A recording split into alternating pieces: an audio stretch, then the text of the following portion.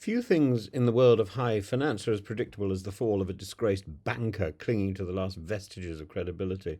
So the Jess Staley, the former Barclays chief executive whose ongoing battle to clear his name over links to Jeffrey Epstein, is as much an exercise in legal gymnastics as it is in reputational self-sabotage, and it doesn't surprise me greatly that it's all tied up with Barclays Bank.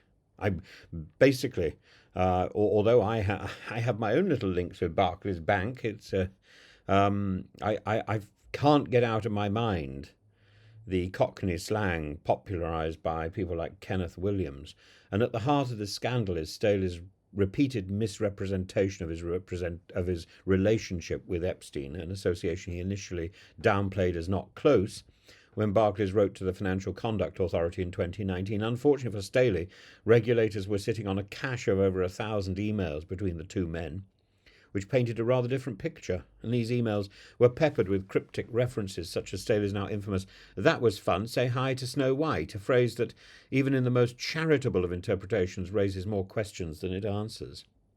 The FCA has argued that Staley knowingly misled both the bank and regulators, recklessly allowing Barclays to present a false picture of his ties to Epstein, who was already a convicted sex offender at the time. Staley's defence, that Barclays had a clear understanding of his relationship with Epstein, that his interactions were purely professional, and that rather bizarrely the letter to the FCA was never intended to define the nature and history of that relationship.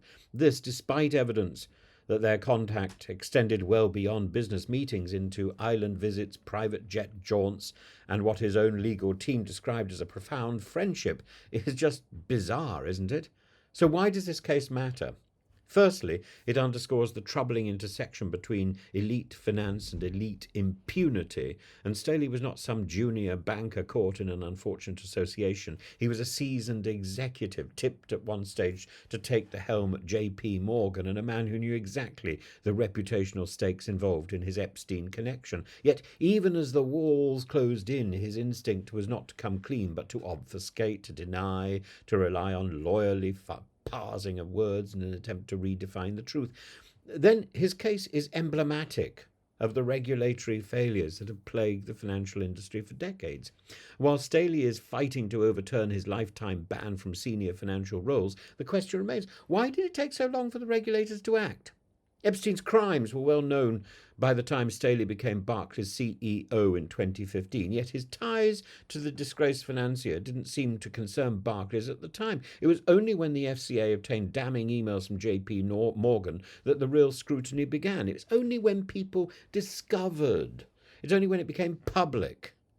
This reflects a wider trend in financial institutions moving at a glacial pace when it comes to enforcing ethical standards on themselves, but when they want to enforce standards on their customers, it's something that ultimately erodes trust in the entire sector, doesn't it? One rule for them, another rule for us.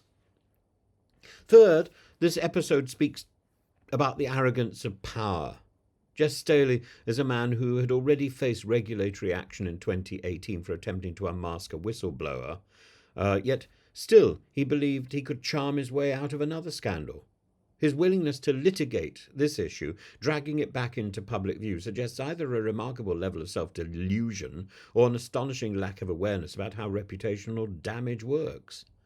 Wealth and status may shield you from many things, but they cannot erase emails, nor can they retroactively transform a profound friendship into a mere business acquaintance. Ultimately, Staley's case is not about whether he committed a crime, it's about whether he can be trusted in any future financial role.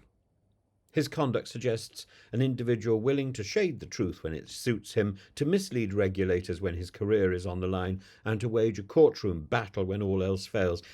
As the trial continues, it remains to be seen whether his reputation can actually be salvaged. Would you trust this man? I wouldn't. But if history is any guide, the banking sector may move on long before Jess Staley does. In the end, this is a Canute problem, isn't it, really? The tide is moving, and Staley isn't moving with it, or at least not in the direction he hopes.